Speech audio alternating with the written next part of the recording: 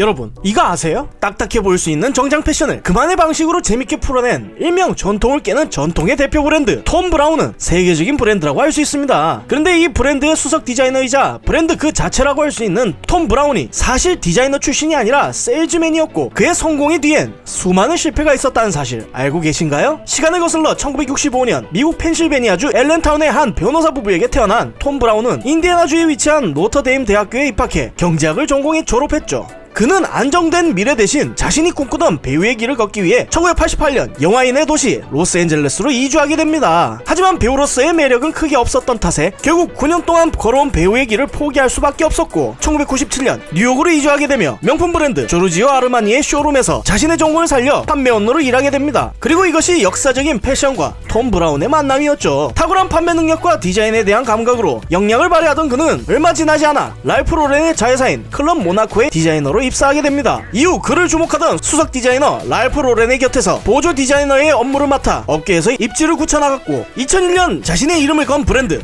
톰 브라운을 런칭시키게 됩니다. 1950에서 60년대 미국의 회색 정장과 유럽의 교복 이미지에서 영향을 받은 그의 디자인은 자칫 딱딱하게 보수적으로 보일 수 있던 정장 디자인에 자신만의 개성을 부여하여 기존에 보지 못한 새로운 시도였죠. 그리고 특유의 시그니처 역시 모든 제품의 한쪽 면에 이 삼선 컬러를 넣어 자신만의 브랜드 시그니처를 완성했는데 당시 미국인들이 명품이라 여기던 유럽, 그것도 시초라고 할 수 있는 프랑스의 국기를 연상시키는 삼선 컬러를 이용해 고가의 이미지를 적용한 뛰어난 판매 전략을 사용했습니다. 아마 이건 톰 브라운이 배운 경제학이 큰 도움을 주지 않았나 싶어요. 아무튼 그렇게 불과 4년 만에 실패한 배우 지망생에서 자신의 이름을 내건 디자이너가 되었지만 사실 초기에는 큰 어려움을 겪게 됩니다. 왜냐고요? 디자인을 전공하지 않은 사람이 만든 남성복에 수천 불의 금액을 지불할 의사가 있는 사람들은 많지 않았던 것입니다. 게다가 당시에는 모든 것을 수제로 작업했는데 어느 수준이었냐면 옷에 라벨까지 손글씨로 직접 쓸 정도였죠. 이로 인해 제작 효율이 좋지 않아 좋게 말하면 장인 정신이고 나쁘게 말하면 이익을 많이 낼 수 없는 구조였습니다.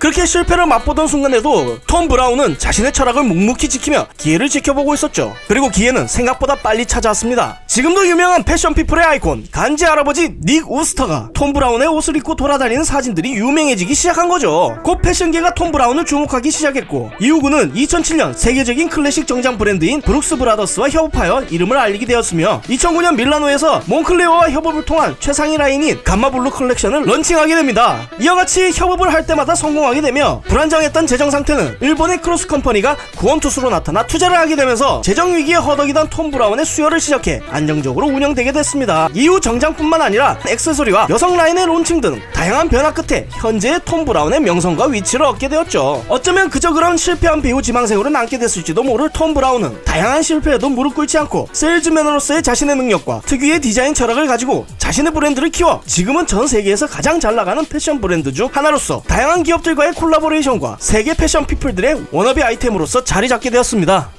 몰라도 상관없는 지식 몰상식, 다음 시간에 좀 더 재미난 이야기로 찾아뵙겠습니다. 감사합니다.